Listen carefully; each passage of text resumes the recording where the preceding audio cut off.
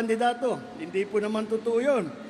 Dahil si Senator Manny Pacquiao ng Bukidnon, ng Sarangani at ng Jensan ay doon po lumaki at doon po sumikat na naging boksingero na nagpalit na nung pagkatapos niya magboxing, nung kinilala na siya sa buong mundo, nagdala ng dangal dito sa ating bansa, ay siya naman ay nagserbisyo publiko.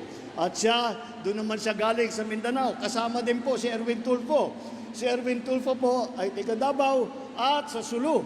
Dahil po doon na destino ang kanyang ama na naging bayani ng bansang Pilipinas. At baka po hindi ninyo alam na ang meron pong Senator Soto bago po kay Senator Tito Soto. Si Senator Vicente Soto po